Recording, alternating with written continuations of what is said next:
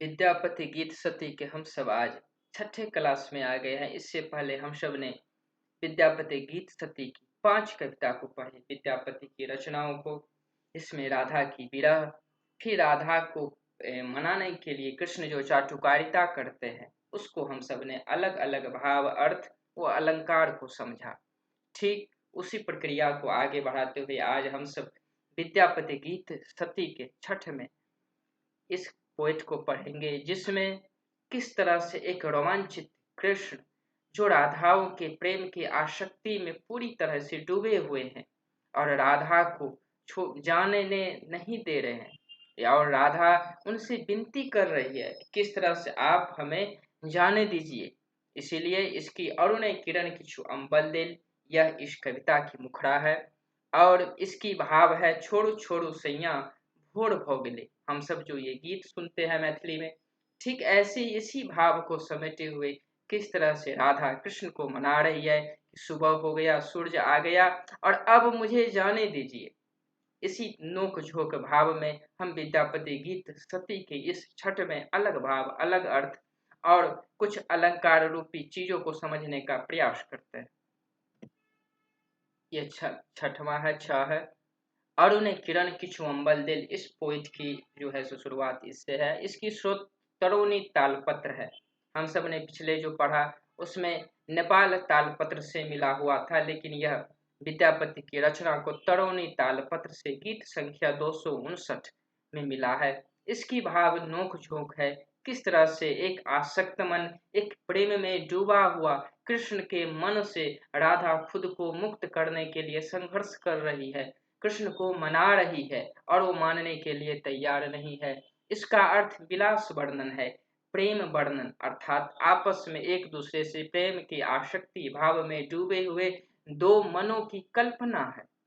अलंकार, इससे प्रत्यक्षतः अलंकार कोई देखने को नहीं मिलता है। आइए शुरू करते हैं। इसकी प्रथम है इस तरह की, अरुण किरण किछु अम्बल रेल, दीपक शिखा मलिन भय गई।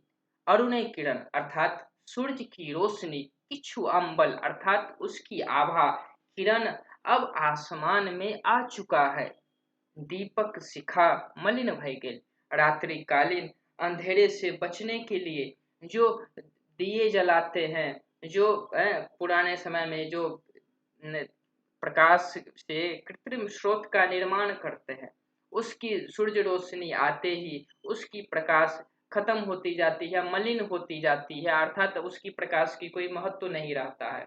जो अंधेरे में दीपक शिखा की रहती है, तो वही राधा कहना चाह रही कृष्ण को कि अरुण किरण किछु अम्बल देल, अरुण की प्रकाश, सूर्य की प्रकाश अब आ चुकी है और दीपक शिखा मलिन भय गेल। अब जो है सो ये कृत्रिम जो प्रकाश की स्रोत है, अब उसका कोई महत्व नहीं रहा, अर्थात सुबह हो गया।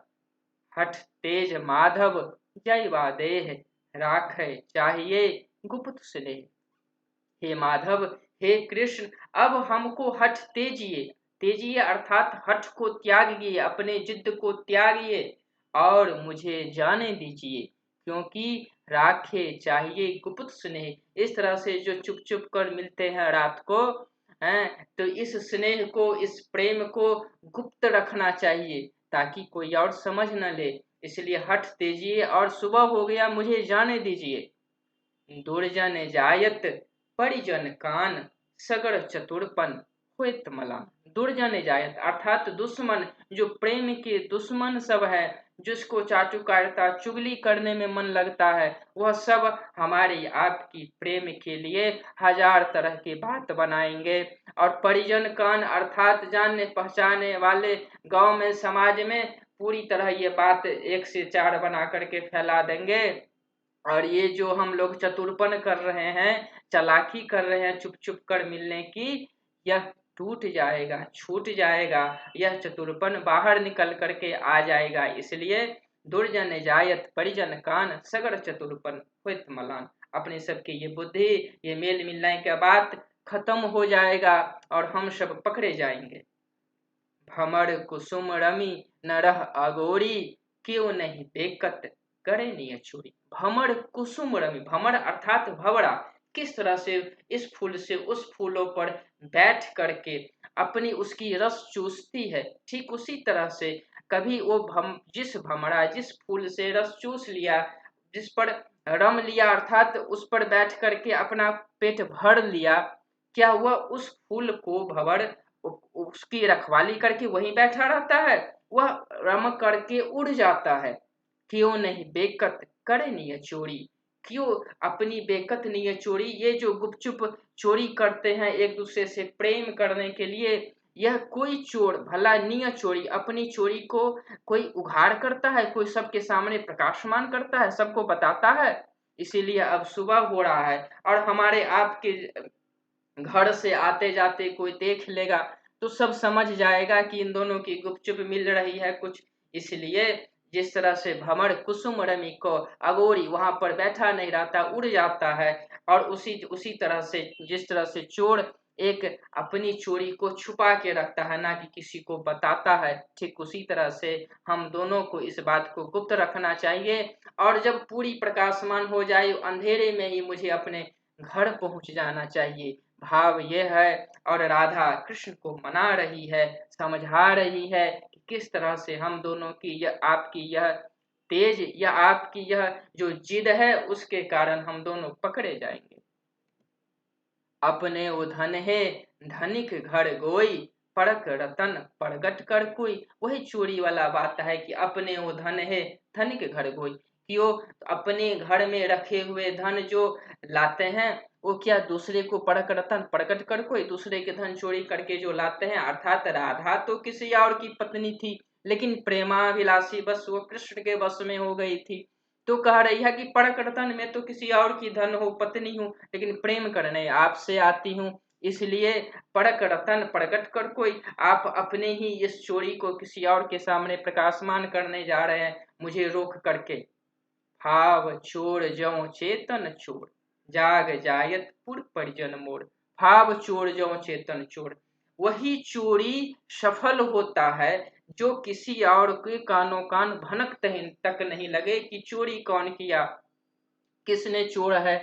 और जाग जायत पुर परिजन मोर, सुबह हो गया, सुबह सब उठ जाते हैं, सब पुर परिजन मोर, हमारे घर के भी लोग, गार्जियन, पति, ससुर, सब जाग जाएंगे और उसके बाद में हम दोनों पकड़े जाएंगे। इसलिए हे कृष्ण, हे माधव, मुझे जाने दीजिए, ये आप क्या कर रहे हैं।